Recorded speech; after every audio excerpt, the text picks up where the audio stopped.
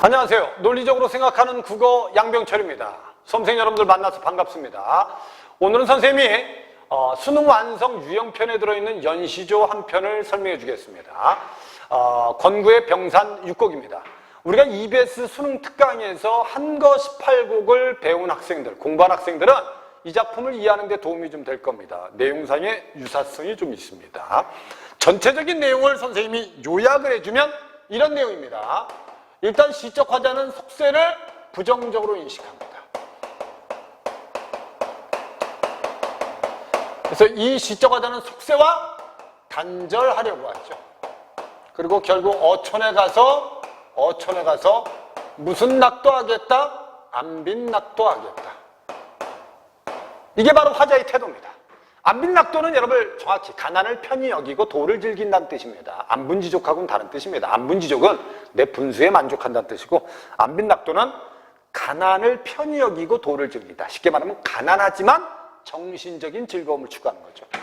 이 안빈낙도의 삶의 태도하면 박일로의 누앙사라는 작품을 머릿속에 떠올리면 되고요. 소설 중에서는 허생전에서 허생의 삶의 태도가 바로 안빈낙도의 삶의 태도입니다. 이해됐죠? 그러니까 정신적인, 가난하지만 정신적인 즐거움을 추구하는 게 안빈낙도다. 그래서 이 전체 내용을 좀 여러분들이 알아두고 각수를 여러분들 공부하면 이해가 좀 편할 겁니다. 첫 번째, 일수부터 보겠습니다. 일수에 보면 뭐라고 돼 있죠? 부기를 구하지 마세요. 빈천을 싫어하지 마세요. 그래서 부기는 세모, 빈천은 동그라미 쳐놓고요. 일단 둘은 대비돼 있죠. 그 다음에 여긴 대꾸법이 쓰여 있고요. 됐죠? 결국 시적 화자는 가난을 뭐 하겠다는 뜻이에요? 가난을 수용하겠다는 뜻입니다. 이해됐죠? 부기를 구하지 마세요. 가난을 싫어하지 마세요. 가난도 받아들이자. 됐죠? 그리고 밑에 있는 거 두 번째 줄에 뭐라고 돼 있어요? 인생 100년이 한가하게 지내는 것이 내 삶이니, 이런 뜻이야. 인생 100년 한가롭게 지내는 것이 내 삶이니. 또 중장에서는 여러분 나는 그냥 유유자적하면서 살겠다. 이 유유자적이란 말이 여러분들 뭘 뜻하냐면 한가로운 삶을 유유자적이라고 합니다. 이해됐죠? 이렇게 알아두시면 돼. 한가로운 삶을 우리는 유유자적이라고 한다. 나 유유자적 하겠다. 됐지? 그리고 밑에 줄에 백구야 날지 마라. 백구는 흰 갈매기를 뜻해요. 흰 갈매기야 날지 마라. 너와 만기하오리다 라고 돼 있어요. 중장에서는 백구야 그러면 의인화된 거고요. 됐죠? 백구에게 뭐 하겠다고 얘기해? 너와 함께 만기하겠다. 만기가 밑에 무슨 뜻이라고 돼 있어요? 속세를 잊고 욕심을 잊겠다, 이런 뜻이에요. 그러면 쉽게 말하면 속세와 단절하고 그 다음에 무욕의 삶을 살겠다, 이런 뜻입니다. 일수를 정리하면 이게 답니다. 그래서 결국 시적 화자는 부귀를 추구하지 않고 가난을 수용하겠다. 가난 속에서 유유자적하는 삶을 사는 게 내 삶이다. 됐죠? 그 다음에 백구한테 백구야 너와 함께 나 속세 단절하고, 됐죠? 욕심 없이 살겠노라, 이런 뜻이에요. 이거 다 합치면 여러분 간단해지는 뭐예요? 안빈낙도입니다. 안빈낙도.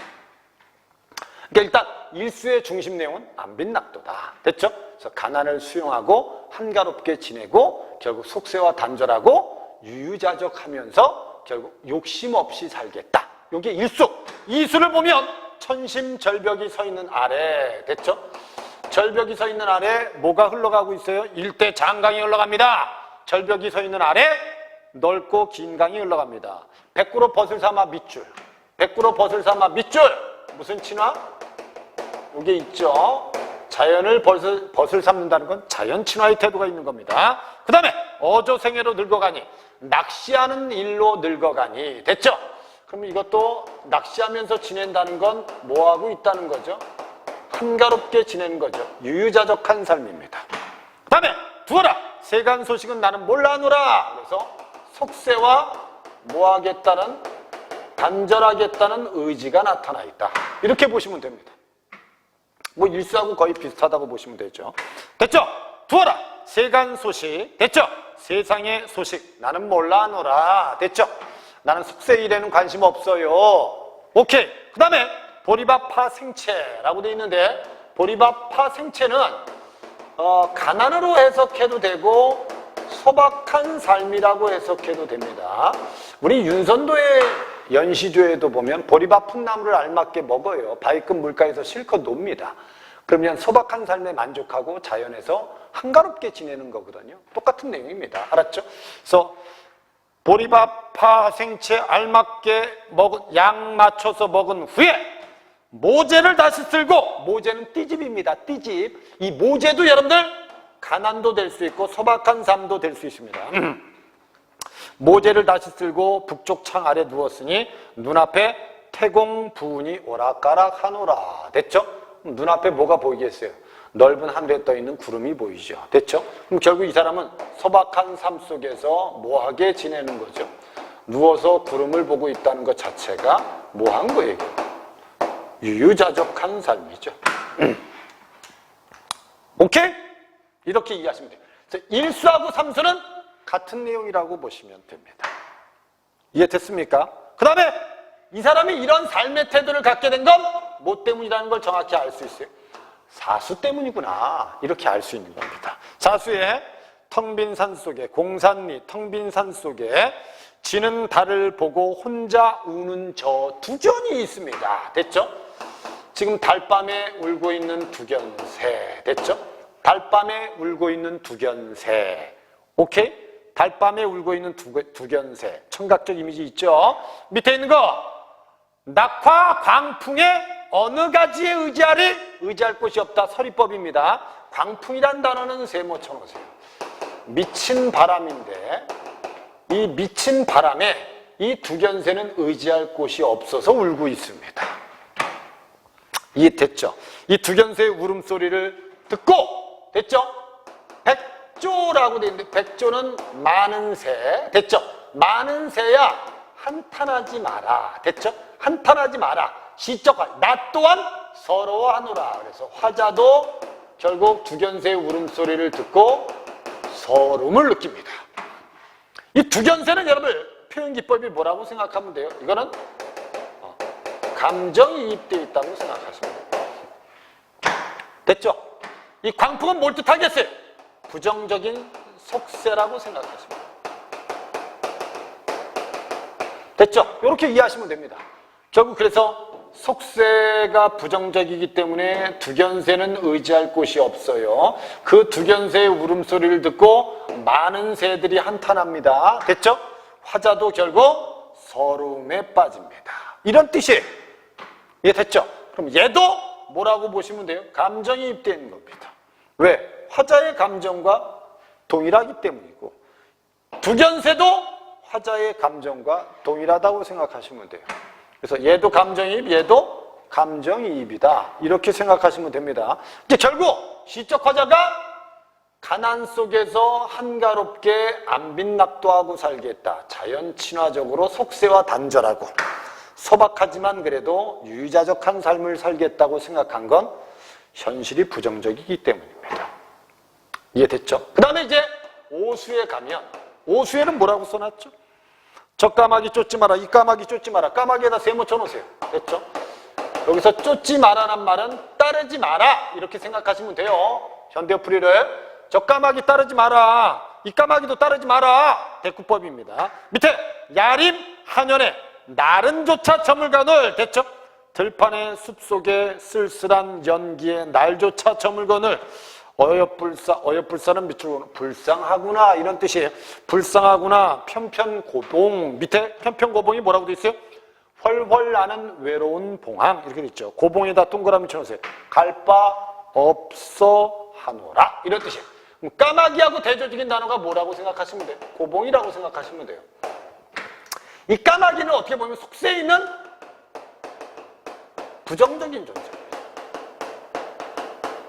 부정적인 존재입니다. 어떻게 보면 요거하고 이미지는 같죠. 여기 분명히 부귀를 구하지 마라. 까마귀 따르지 마라. 그럼 이미지가 같다고 보시면 됩니다. 알았죠? 그럼 이 까마귀는 어떻게 보면 속세에서 부귀와 세속적 욕망에 빠져있는 부정적인 존재들이다. 이렇게 보시면 돼요. 그래서 이 까마귀들을 쫓지 마라. 따르지 마라. 됐죠? 이 까마귀들 때문에 봉황은 지금 외롭게 지내고 있다. 이런 뜻이거든요. 여기서 고봉을 누구라고 봐도 되냐면 화자라고 봐도 되고요. 고뇌하는 화자. 까마귀란 존재 때문에 갈등하고 있는 화자라고 생각해도 되고요. 까마귀 같은 존재 때문에 괴로워하고 있는 임금이라고 봐도 됩니다. 대부분 옛날에 고전시에서 대부분 까마귀는 이제 간신의 의미로 많이 이제 해석을 하지 않습니까? 뭐 그렇게 해석하지 않더라도 일단 까마귀는 일단 속세에 있는 부정적인 존재야. 따르면 안 되는 존재입니다. 따르면 안 되는 존재. 이 존재들 때문에 결국 봉황만 외로운 겁니다. 이해됐죠? 봉황만 외로운 겁니다. 오케이? 이해됐습니까? 그래서 들판의 숲속에 쓸쓸한 연기가 피어오르고 날은 저물고 있고 지금 고봉은 외로움에 빠져 있다. 갈 곳 몰라 한다는 건 당연히 방향을 잃어버린 거죠. 그래서 이게 고뇌하는 화자도 될 수 있고 임금이 될 수도 있고 됐죠? 또는 고봉은 까마귀와 대조적인 아주 절개와 지조를 가지고 있는 충신이 될 수도 있습니다. 이해됐죠? 이 까마귀란 존재 때문에 올바른 신하들만 삶의 방향을 잃어가고 있다라고 현실을 한탄한다고 생각하시면 됩니다. 됐죠? 그래서 결국 사수하고 오수에서 속세 때 이렇게 갈등하던 시적 화자는 육수에 가면 갈등을 해소합니다. 어떻게 해소합니까? 속세 다 있고 저 어촌에서 그냥 만족하고 살래. 그리고 갈등 해소하는 겁니다. 밑에 서산에 해져간다 고깃배가 떠 있단 말인가. 죽간 낚싯대 둘러매고 심리 모래사장을 내려가니 됐죠? 연하 수삼 어촌이 연기 피어오르는 작은 어촌 마을이 됐지?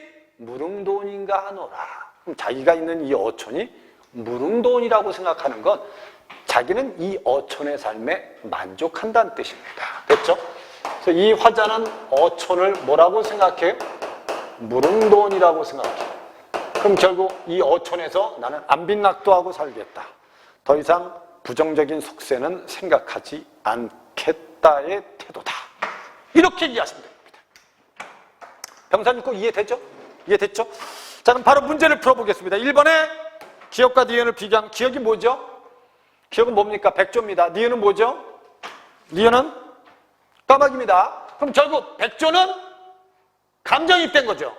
시적 화자가 두견의 울음소리를 듣고 서러워하는 것처럼 백조들도 두견의 울음소리를 듣고 한탄하고 있어요. 왜? 부정적인 속세 때문에. 그럼 결국 백조하고 화자의 마음은 같은 거지요. 됐죠? 그래서 1번에 화자와 동병상련의 처지에 놓여 있는 대상은 맞습니다. 다 이게 여러분 동병상련이거든요. 같은 처지. 됐죠?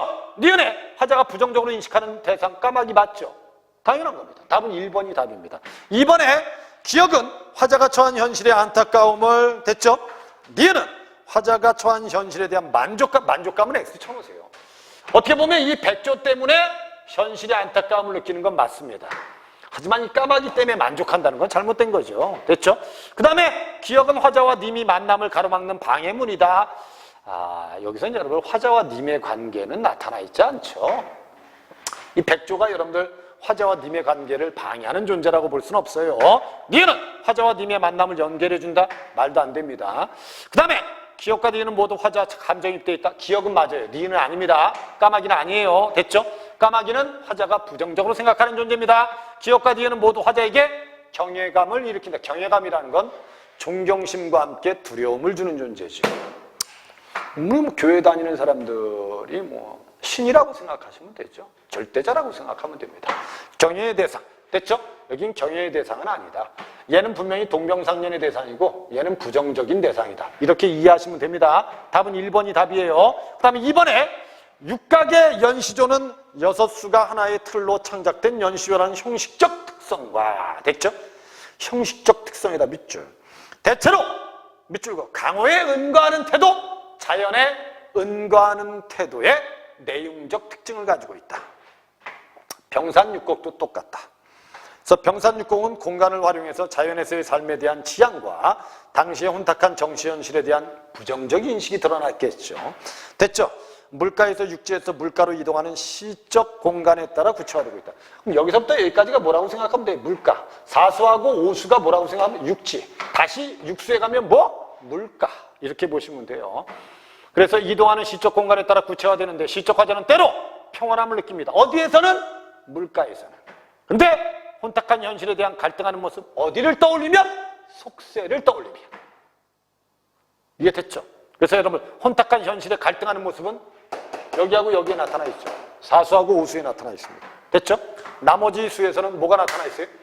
자연 속에서 유유자적하는 평온한 마음이 나타나 있다. 이렇게 볼 수 있죠. 그래서 1번에 일수에서 백구와 함께 만기하고자 하고 이수에서 세간 소식 단절하고자 하는 화자의 모습은 자연 속에 은과하고자 하는 내용적 특징을 보여준다. 이수에서의 어조 생활, 어부의 생활, 낚시하는 생활에는 결국 화자가 지향하는 자연에서의 삶이 나타나며 육수에서 어초는 화조가 만족감을 느끼는 이상적인 공간입니다. 됐죠? 안빈낙도할 수 있는 공간이죠. 삼수의 보리밭과 파 생채는 자연 속에서 소박한 삶입니다. 됐죠? 그리고 사수의 낙화 광풍은 당시의 혼탁한 정치 현실을 뜻할 수 있습니다. 미친 바람. 됐죠? 밑에 오수의 갈 바 없이 방황하는 편편 고봉은 누가 될 수도 있을까요? 화자가 될 수도 있죠. 근데 그게 가난으로 인해서 갈등하는 화자는 아니죠. 이 화자는 이미 가난을 수용한 사람입니다. 알았죠? 가난 때문에 갈등하는 게 아니고 부정적인 속세 때문에 갈등하는 화자는 될 수 있습니다. 답은 4번입니다. 밑에 1수, 2수, 6수의 시적 공간은 물가다. 자연 속의 평온함을 느끼는 화자의 모습이 드러나 있다. 오케이. 됐죠? 답은 그래서 4번이 답이었다. 3번에 A와 보기를 비교한 내용으로 적절한 걸 찾으세요. 보기는 이봐 이들아 새해 온다고 즐거워하지 마라. 한가한 세월이 소년 젊은 시절을 뺏어갔느니라. 됐죠? 여기 젊은 아이들이 새해가 다가오니까 즐겁게 놀아요. 맞잖아. 우리 연말연시 되면 여러분 우리 즐겁게 보내잖아요. 됐죠? 여러분들이 공부 열심히 해서 올해 여러분 연말연시에는 진짜 즐겁게 여러분들이 보내는 때가 됐으면 좋겠습니다. 밑에 있는 거 한가한 세월은 야단스러운 헌사한 세월, 야단스러운 세월이 소년 앗아가느니라. 젊은 시절을 뺏어가느니라. 우리도 새해를 즐기다가 이렇게 늙었다 이 자식아. 됐죠? 이 말을 간단하게 줄이면 참 세월의 흐름 빠르다. 그래서 세월의 흐름에 한탄하고 있다라고 보시면 돼요. 그래서 1번의 A와 달리 보기는 밑줄과 공간적 배경을 활용해서 화자의 삶의 모습은 A죠. 보기가 아닙니다. A입니다. 그 다음에 A와 달리 보기는 하루 중 특정한 시간적 배경을 활용하여 시적 분위기를 형성하고 있다. 하루 중 특정한 시간적 배경을 활용한 건 어디죠? A죠. 이것도 A입니다. 됐죠? A에 보면 여러분 뭐라고 돼 있죠? 거기 밑에 서산에 해져간다 라고 돼 있죠. 끝. 그 다음에 밑에 3번에 보기와 달리 A에서는 현재 자신과 다른 태도를 보이는 대상에게 훈계하고 있다. 복이죠. 복입니다. 야 젊은 애들아 너무 즐겁게 새해 맞이하지 마라. 우리도 옛날에 그러다가 이렇게 늙었다. 세월 진짜 빨리 흘러간다. 즐겁게만 생활하지 말고 열심히 일도 하고 공부 좀 해라. 뭐 이런 태도 아니겠어요? 그 다음에 4번에 A의 삶에 대한 만족감이 나타나 있고요. 보기에서는 세월의 흐름에 안타까움이 나타나 있다. 4번이 답입니다. A와 보기는 모두 묻고 답하는 형식을 통해서 삶의 무상감이라는 건 인생 무상을 뜻하는데 인생 무상은 여러분들 보기에는 나타나 있지만 A에는 나타나 있지 않다. 그 다음에 또 하나 묻고 답하는 형식은 A나 보기에 둘 다 없다라고 여러분들이 정리하면 됩니다. 됐죠? 병산육곡은 여기까지 설명하겠습니다. 이 병산육곡하고 유사한 작품들이 좀 많아요. 윤선도의 만흥이라는 작품도 있고 그 다음에 이연보의 어부가라는 작품도 있습니다. 그래서 이게 연계교재에 많이 나오는 내용 중에 하나이기 때문에 여러분들이 꼭 이해를 해서 알아뒀으면 좋겠습니다. 이해되셨죠? 선생님하고는 다음 동영상 시간에 만나도록 하겠습니다. 수업 듣는다고 고생했고 반드시 오늘 수업 듣는 걸 복습을 해서 현대어 풀이라든지 내용적인 특징을 여러분들이 꼭 머릿속에 숙지했으면 좋겠습니다. 고생 많았습니다. 다음 시간에 만나도록 하겠습니다.